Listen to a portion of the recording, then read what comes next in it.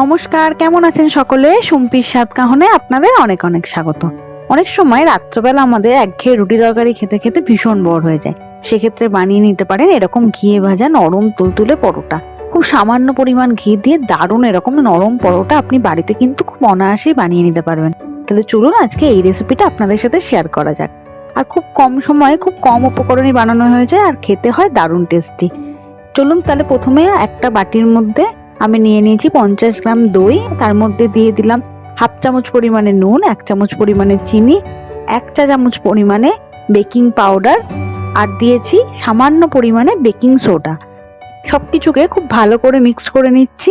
এবার মিক্সড হয়ে যাওয়ার পরে এটাকে রেখে দেবো 2 থেকে 3 মিনিটের জন্য রেস্টে। ততক্ষণে দইটা একটু ভালোভাবে ফুলে বাটির ওপরের দিকে উঠে আসবে। ততক্ষণ পর্যন্ত কিন্তু এটাকে একটু রেস্টে রেখে দিতে হবে। হয়ে গেল মেন উপকরণটা রেডি। এটা দিয়ে এবার আমরা ময়দাটা মেখে নেব। আপনারা চাইলেন ময়দার বদলে আটাও ব্যবহার করতে পারেন, ময়দা আটা মিক্সড করেও করতে পারেন। আমি এখানে 1.5 কাপ পরিমাণে ময়দা নিয়েছি। আমাদের বাড়িতে মেজারমেন্ট কাপগুলো রয়েছে, আর যদি না থাকে এখানে আমি 300 গ্রাম মতো ময়দা ব্যবহার করেছি। সেক্ষেত্রে ময়দার জায়গায় আপনারা আটাটাও নিতে পারেন। এবার ময়দার মাঝখানে এরকম একটা খাদ মতো করে নিলাম। এবার এর মধ্যে অল্প পরিমাণে আমি এই মিশ্রণটাকে দিয়ে দেবো। এই যে দইটাকে খুব ভালো করে ফাটানোর কারণে একটু ফেনা ভাব হয়ে গেছে, এটার অর্ধেক পরিমাণটা আমি এর মধ্যে দিয়ে দিলাম। দিয়ে হালকা হালকা হাতে এটাকে খুব ভালো করে মাখতে থাকবো। ততক্ষণে এটার একটা ডো হালকা হালকা ভাবে রেডি হয়ে যাবে। প্রয়োজন মতো ওই মিশ্রণটা এর মধ্যে মেশাতে মেশাতে এটার একটা ডো রেডি করে নিতে হবে। পরিমাপ অনুযায়ী নিলে এক্সট্রা করে কিছু দেওয়ার দরকার নেই, তবে যদি ডোটা খুব শুকনো মনে হয় সেক্ষেত্রে 1 থেকে 2 চামচ দুধ আপনারা এখানে ব্যবহার করতে পারেন। তবে দুধটা অবশ্যই নর্মাল টেম্পারেচারে রেখে ব্যবহার করতে হবে।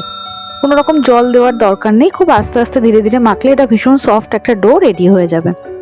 এটাকে খুব ভালো করে মেখে নেওয়ার পরে তারপর সামান্য পরিমাণ হাতের মধ্যে 1 চামচ মতো সাদা তেল নিয়ে এটাকে খুব ভালো করে গায়ে আরেকবার মালিশ করে নিতে হবে।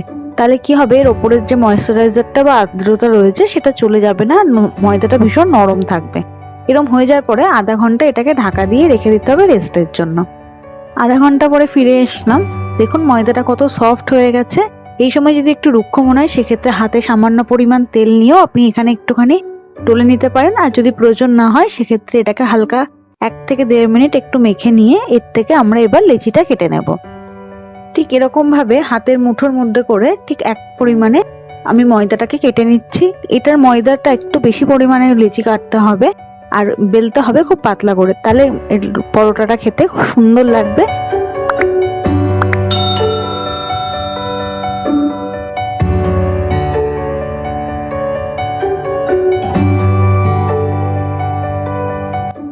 এইভাবে প্রত্যেকটা লেচিকে আমি খুব ভাবে গোল করে রেডি করে নিয়ে আসছি। সবগুলো একদম রেডি হয়ে গেছে গোল ভাবে। এইভাবে রেডি করে নেওয়ার পরে এটাকে সঙ্গে সঙ্গে ঢাকা দিয়ে যেতে হবে, আর যখনই বেলতে হবে একটা করে এর থেকে বার করে নিতে হবে। এইভাবে আমি একটা বাটিতে ঘি নিয়ে নিয়েছি 1 চামচ পরিমাণে, খুব সামান্য ঘি, তাও পুরোটাও লাগবে না পরোটাগুলো ভাজার জন্য। এবার আমি বেলনা চাকতির মধ্যে একটা পরোটা নিয়ে নিয়েছি, সেটাকে সামান্য হালকা তেল লাগিয়ে নিলাম ওপর থেকে। খুব বেশি তেল লাগানোরও দরকার নেই, এটা খুব সফট হয়, এমনি নিজে থেকেই বেলা হয়ে যাবে। এইভাবে পুরো একটা রুটিকে বেলে নিতে হবে। দেখুন আমি কতটা পাতলা করে এটাকে বেলার চেষ্টা করছি। এতটাও পাতলা নয় যে যেটা ছিঁড়ে যাবে, কিন্তু আবার খুব বেশি মোটাও থাকবে না। একটু পাতলা করে বেললে এটা কিন্তু খেতে খুব ভালো লাগবে। এর সাথে আমি একটা আলুর দমও সার্ভ করেছি। আপনারা যদি আলুর দমের রেসিপিটা দেখতে চান অবশ্যই আমাকে কমেন্টের মাধ্যমে জানাতে থাকুন। এবার আমি একটা তাওয়া বসিয়ে দিয়েছি। এই তাওয়াটা গরম হওয়ার জন্য 2 মিনিট আগেই গ্যাসে বসানো ছিল।